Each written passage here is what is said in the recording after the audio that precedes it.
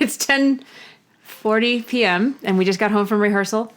I'm going to take these off. These are reflecting a lot. I'll leave those nice little divots on the side of my nose instead. I can never get rid of these.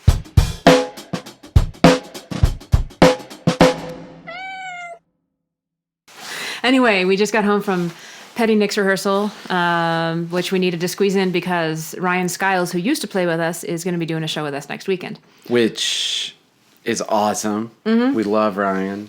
I mean, we love Ari too. But Ryan doesn't get to play with us very often. We mostly just talked through those songs. We didn't even. We played the two that he never played with us before. Right. Silver Springs and Sisters of the Moon. But he had played everything with us before, so we just talked through little changes that we've made since. Yeah. Last time he played with us was maybe 2 years ago, or something Sounded like that. At least, yeah. He just made some notes. He's just an amazing heads-up player. Yeah. So it's been a pretty full week.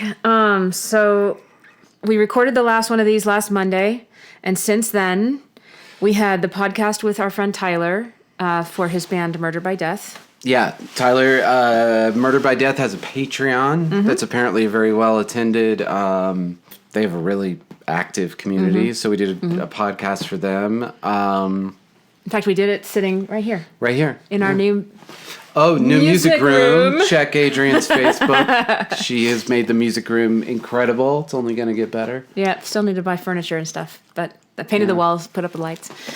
Anyway, it was funny doing the podcast with Tyler because I don't remember now what the things were, but there were 3 or 4 times where one of us was like, I never knew that about you. I never knew you thought that or whatever. Can you remember any of those moments? Well, one thing I didn't know, you were talking about your nerves and lack of being sure of what you were doing. Right. When we started Adrienne O together, or, mainly you, but I helped.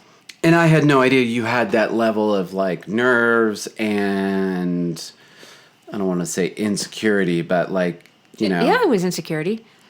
You know? I would have done more to help. I just assumed you...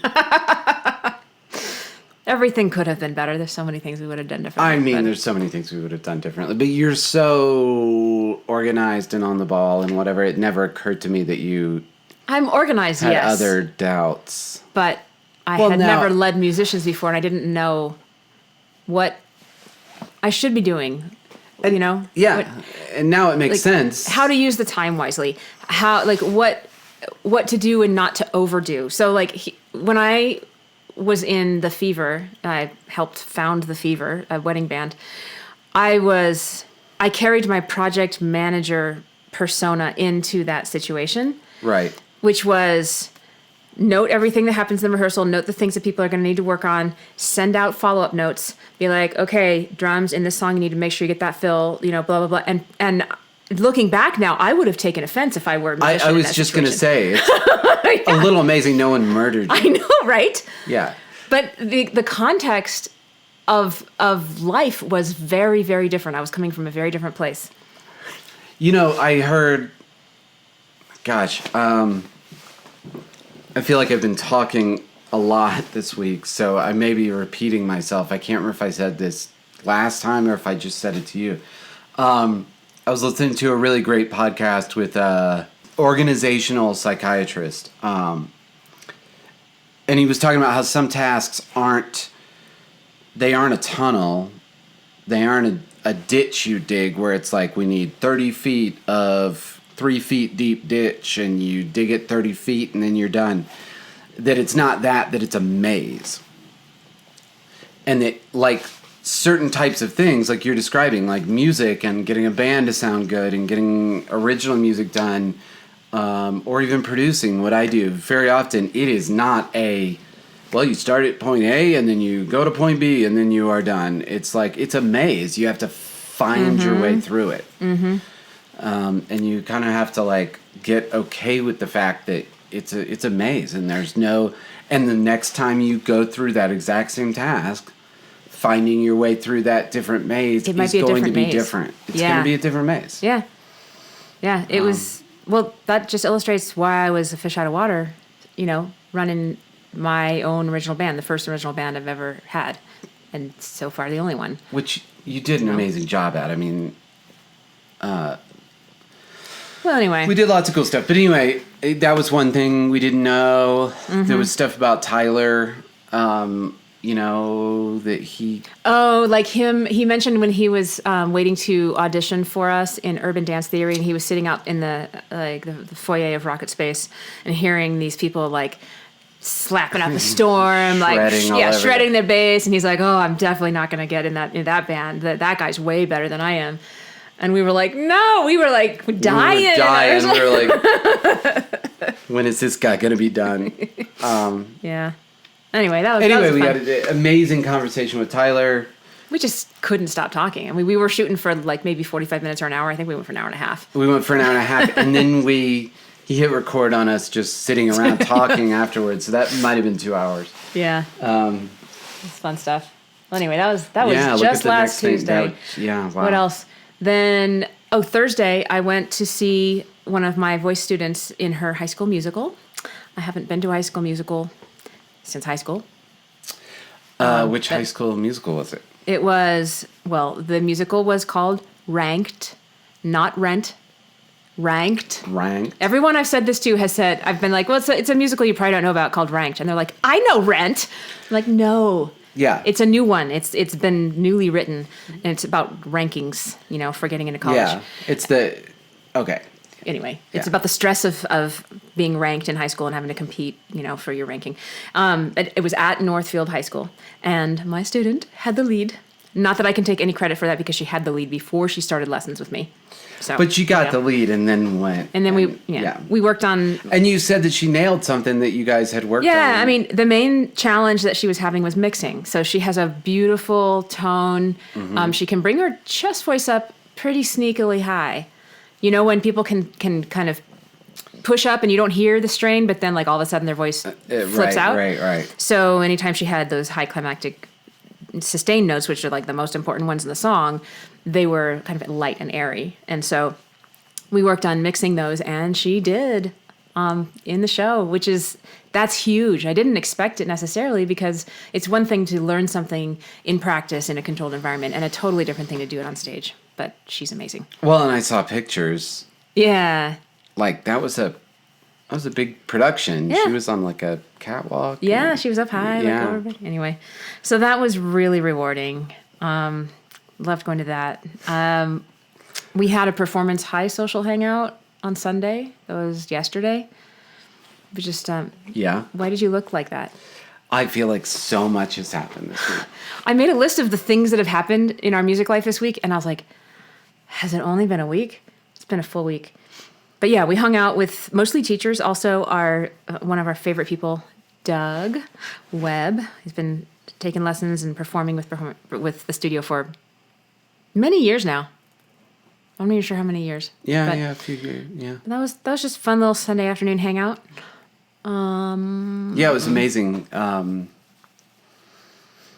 I had not met Kristen Page. Oh, yeah. In person, at least. Right. We had a couple people who hadn't met in person because of the new teacher training program that I've got going on, and we're doing that online. So, yeah, so some new teachers got to meet each other. It was neat sharing stories of people's different experiences with students and techniques and... Yeah, I love how we share knowledge. Yeah. Everybody grows so much. Right. I didn't have that when I was in my first many years of teaching. Yeah. It is so weird. Faster. I mean, other than like classical stuff and woodwinds and stuff, it's weird for me to get, sounds bad to say, but it is weird for me to get out of my depth in a conversation. And there were conversations where like, well, I don't have anything to say for like 10 minutes because it's all esoteric voice teacher stuff? It's all, and you guys get into the anatomy and the this and that technique, and I'm like, cool. Like, you kind of know a lot of it. You do. I mean, from me talking about it all the time. Right, yeah, but still, I don't have anything to contribute. But great to hear all that stuff because it, connects some dots and stuff. Mm-hmm. So we did that Sunday. You had a rehearsal for your next upcoming bass gig. Yep, rehearsal with Pamela Makala And so this is an all-female band, and it has been a trio so far, and then she's bringing in a guitarist. So we had guitar in this rehearsal, and that was really fun. Oh, right. You mentioned that. Yep. Just feeling really good. And you mentioned that it felt a little different being all women. It's interesting because I'm. I mean, different, not necessarily. What? Yeah, like I'm kind of like backing up and like. Anytime there's a conversation about women in music or women in technology or women in whatever the things I've been in, women in sports, I often don't have much to contribute because I don't see myself through a female lens. Not that I am non-binary. I mean, I feel like I am female, but I first feel like a human. And then I'm a human playing bass, or I'm a human water skiing, or I'm a human doing whatever I do. Yeah, like what does it matter? Yeah. And I think it may even be a bit of a failing on my part that I don't maybe notice the differences, the ways that I could be treated if I were a man. I fail to even observe them. So I think I've never known how to talk through this. I mean, that probably contributes to people, well, to men, treating me no differently from other people in many cases, because I expect to be treated like anybody else. And you, yeah. Without thinking about it. Right. But I also probably miss tons and tons of situations where I am not treated like a man. And I mean, there's one that I remember actually two that I remember where I definitely was treated with big lack of respect by sound guys who assume I don't know how to use my own gear. Oh, yeah. Oh, my God. I know exactly one of the stories. The one was, and we're not going to name venues, but one was where I had in-ears and the guy knew it, and he was telling me how to sing since I have in-ears in. Like, you need to sing at the regular level that you sing at because, you're managing your volume. And I'm like, yeah, I've been using these for about 7 years. I have. Yeah. I was too shocked to say anything. No, I was like, I know. I think about it still, and I want to reply. I remember it because I had never heard anyone talk to you that way, and I was also shocked. I was like, "You don't know who you're talking to?" Like,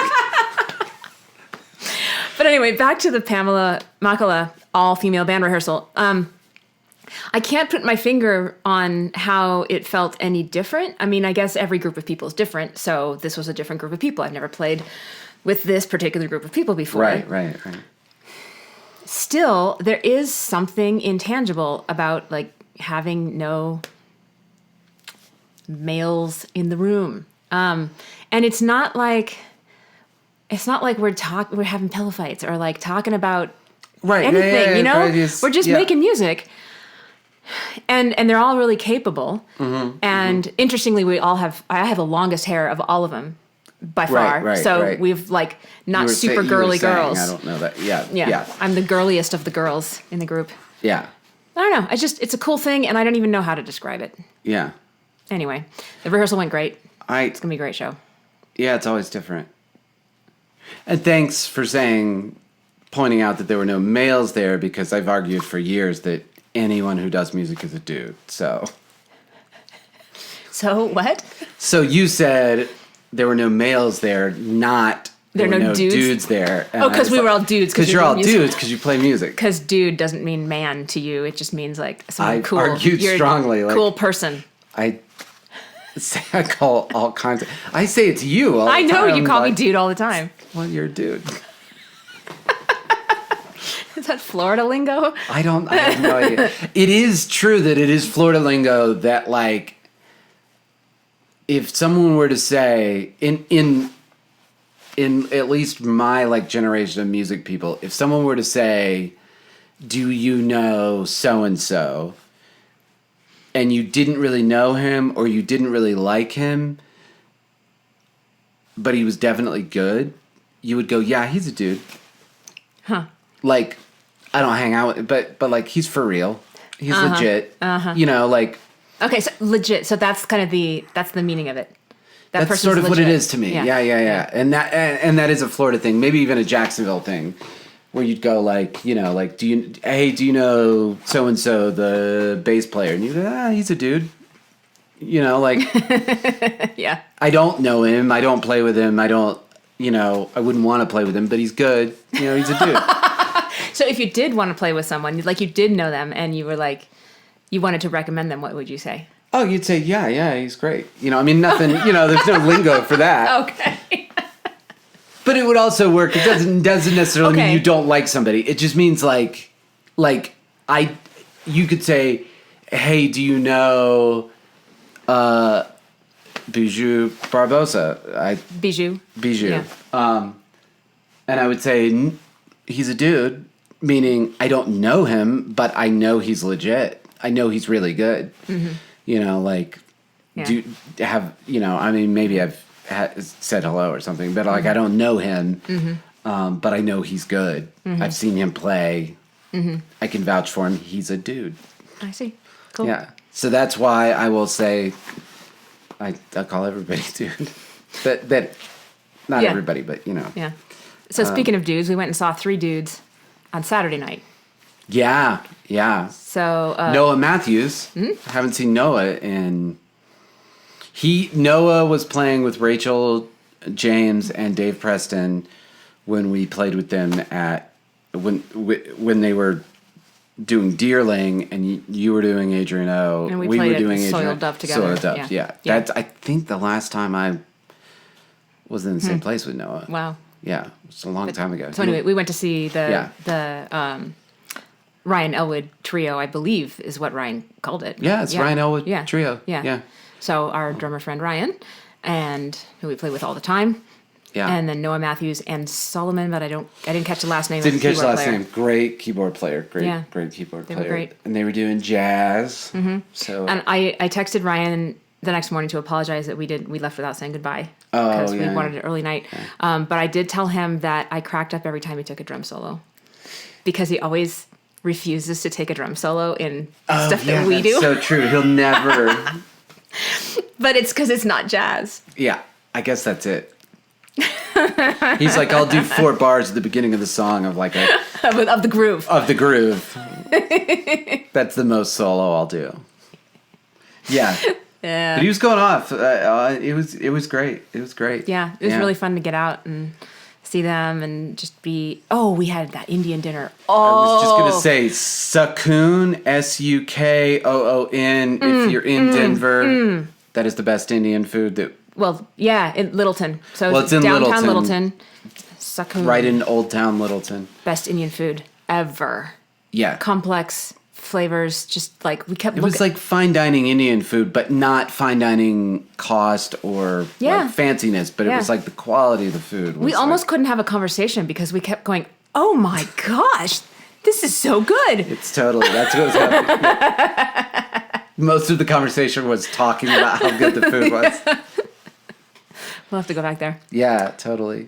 So what did you do? That was all my stuff. I mean, I guess we did some of that together. You mostly produced this week. Yeah, mostly produced. Lots of producing. Finished up a monster project. It's really interesting. I did mention tracking strings last week because I just done that, and this week I was mixing and. I will say it's like very counterintuitive. Like often those sparse songs where there aren't a ton. I mean, this song is piano and vocal and strings, but to be fair, it's like 50 tracks of strings. It's like a big string section. It's like an orchestral string thing, but still it's delicate. There aren't really drums. There's some like pingy cymbal swell stuff, but, that wasn't my idea. But those delicate things are so hard to mix and so hard to get right. And maybe most importantly, so hard to like satisfy a client on because it's so much easier when it's 4 guitars and organ and Rhodes and drums and bass and everything's kind of covered up and whatever. And when it's just like a very simple arrangement and like everything is just really out front, which is weird because that's a really popular style of music now. I mean, Adele for over a decade, like some of her songs, which I was doing a piano and vocal thing, so I was of course checking against Adele songs, and like there is literally nothing. I mean, huge hit songs, Someone Like You, etc., etc. That is nothing but piano and vocal. There's no other instrument. Maybe a harmony comes in on that last chorus. Mm-hmm. But like, man, it is sparse, and it is super hard to get really sparse stuff like that sounding great. There's so much weight on the few pieces that are holding the song together. That is precisely it. Yeah. When you have a whole bunch of tracks, each track can contribute just a tiny bit, and maybe not perfect, and maybe not great, but it contributes a little bit. And the whole thing kind of is the punch of it. But when it's like, well, this just has to be the vocal doing the heavy lifting, it's very hard to get that kind of to work. Well, that makes me feel really good about the Landslide cover that I released today. Oh, yeah, right. Yeah. Sounded good. Did it? Yeah. Yeah. I had so much trouble playing it. I suck so bad at finger picking. Like, it's the worst. But I'm sure it sounded. It sounded great. fine. It sounded great. Yeah, but I spent about 50 hours this week on that. Got that mastered today. Also, a bunch of hours on finishing up Jonathan's EP. That one's basically done. Mm-hmm. A couple other clients, starting a few EPs this week. Mm-hmm. Oh, and you recorded Ingrid's vocals for Wasteland. Yeah, Ingrid, Wasteland, God. That song. That's a hit song. That is a Halsey / Hosier. Yeah. That is the two of those artists combined. It is, I want that song to be out in the world. Like, I'm passionate about that song. Yeah, it's such a good song. Can't wait for you guys to hear it. Yeah. Yeah, so dark. It's so dark. and it goes back and forth between 5/4 and 4/4 too. Yeah, so that's fun. Yeah, it's pretty fun, and it's got like lots of weird echoey exactly. drum It's parts like it's got a lot of sound effects in it. It's fun to produce that kind of stuff. Yeah. And like everything, it doesn't come across that way, but if you solo the stuff, like everything is like massively distorted. Oh, really? Yeah, it's like really, that's part of what makes it sound so dark and creepy and crazy. It's like everything is just like, like super distorted, which is just fun to produce because you're just like, it's almost like a Jackson Pollock kind of, you're just throwing paint. Or like when you're cooking and you're just like, burn it all. Burn it all, burn everything. We're going to just get flavor, you know? Yeah. Cool. So you're starting with a couple new clients this week? Couple new EPs starting this week. Cool. Right. Daniels, right? Yeah, Daniels and Michaels. Cool. Your student. Yeah, gosh, was there anything else? Lessons from the week. Any lessons for you? Well, I can't think of any, but I just thought of one more thing I've been doing, which is the showcase. Next live band showcase is coming up, so I charted all the songs and have learned most of them on bass over the last few days. So the last 10 days. Yeah, because you're playing bass for the showcase this time. Mm-hmm. It's fun. Is this your first showcase? The whole showcase is you on bass? No. No? No, I did the one the day before the whole pandemic shut down. You did. Because Kenny had like an Avernine show or something. Right. He couldn't make that one. And then there was the one that a previous bassist we used to work with got called out of town for work. Right. So I stepped in on that one with 2 weeks notice. And then I think there was one before that. So this might be my fourth one where I'm the sole bassist. Wow, well then I apologize. You underestimate me. That is not at all what I did. I just didn't remember. Yeah. But this one's a big one because it's like 36 songs. 36 songs. Well, the last one was about that big They've been about that big. They've been that big. Actually, the last one was bigger than that. That was a lot of songs on the last one. And not all of them were easy. Yeah. So far, these are looking pretty easy. Yeah. Yeah, we had a couple, Rival Sons, Calio. Those were hard. There was the metal version of Genie in a Bottle. Genie in a Bottle. I cut out the whole prog rock metal insanity in the bridge where it was just like right. It wasn't about the singing, it was about like all the weird chords and the weird patterns and stuff. Yeah. That was the one where And Tyler, our teacher Tyler Hall, is an amazing metal singer, and as it turns out, a wild performer. Oh my gosh, yeah. He goes after it. Like he lit that room on fire. Yeah. But there was a really hard syncopated part where like I had to go harmonic thing, bend, this really hard syncopated metal outro kind of thing, and like I practiced that for hours and hours and hours. And then when we got to that part of the song, Tyler was like flying around the stage and he kicked my pedal board. Oh no. And turned it off, and I was like, that's the part I spent like 3 hours getting down the little boop, boop, boop, boop, woo, like crazy guitar thing. I was like, oh well. Glad I worked so hard on that. Did you have any lessons, or were you going to just say something? Yeah, lessons. I don't mean lessons you taught, but lessons you learned. Yeah. I thought that's what you were going after. That's what I was asking. Yeah. Like any takeaways.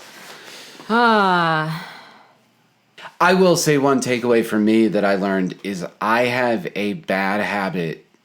I think I'd realized this about myself before, but I hadn't maybe thought about it enough, or it just hit me big this week. I will believe people if they tell me they know what they're doing, or if they say they have a vision for it, or if they say they're really great, or whatever it is. Because like I won't say a word, I won't make a peep unless I am very sure. And so when other people are like, oh, I know exactly how this should be, or I'm really great, or like, this is exactly, it needs to be more like this, it needs to be more like that, I assume they know what they're talking about. Because I wouldn't say, oh, it has to be this, it has to be that, unless I was really sure. And so I assume other people do the same thing. And this week I learned that lesson in several ways, where a lot of times people will be very sure, very assertive about what they want, and that's not because that's actually what they want, or that they've even thought about it, or they're just being assertive and forceful. They don't actually have an idea. And that can get, it was a good reminder for me to be like, I should weigh that more carefully when people are like, no, it absolutely needs to be this, How are you going to handle that? Like, without it feeling like you're not doing what they want as a client? I mean, as the person they're hiring. I mean, I think number one is like just vetting that a lot closer, not taking a vague, like, no, it needs to be like that whole section needs to be instrumental, and like just checking that, like, so do you mean there's no vocal in this? And then also I think just arguing more. You are the producer in this situation. Yeah. And in all of these situations. Yeah. And I think, and it's delicate because you want to give people what they want. Right. You like, in a way, one part of being a producer is honoring people's vision. Mm-hmm. And so if they say they have a strong vision. If they say they have a vision. Great, let's execute that vision. And you know me, I will go to the ends of the earth. I'll burn walls. I'll I will do an insane amount of work to even just try out an idea if you tell me you have a vision. And what I should do is do a little more probing, a little more arguing, a little more pushing back, and making sure that there's actually a vision there, not just this is how you feel today kind of thing. So you've gone down a lot of roads that you had to then just back out of. I've done it with producing for years. That is something that will happen, where someone will hear something one day and be like, no, I don't like that. We definitely shouldn't do that. And then later they're like, hey man, where did the whatever go? And it was like, well, you said you didn't like it and you wanted it to go away. And they're like, I really miss it, you know, and you're just like, I should just be better about pushing back and making sure there's a vision. And again, I tend to listen to people because I would never say, this is what I think, unless I'm very sure that that's what I think. And so I tend to assume everybody does that. And that's not everyone, you know. Yeah, it's a good lesson. Like I said, I've run into it a lot, you know. But it's just one of those takeaways to like remember to like. Yeah, this has been a big lesson week for you. Sounds like. Yeah. You're mentioning. Yeah. Yeah. Part of life. Part of life. Part of work. Every job has its rough days. Anyway. My eyes are starting to close. They are definitely. You're getting that look. I'm getting that look. Yeah, you can tell. Just kind of robot turn off. Anyway, I'm trying to go to bed around 10:30 these days, and we started this way past 10:30, so it is definitely my bedtime. All right, well. So thanks for watching. Hopefully it's your bedtime too. Unless you're driving right now. In which case you should not be watching YouTube. My mom said she watched it while she was driving. I'm sure she didn't listen to it while she was driving. Hope so, yeah. If you're watching YouTube while you're driving, next time we won't forget to say that at the end of the podcast. We're going to put that safety warning up front. All right. Till next week. Thank you.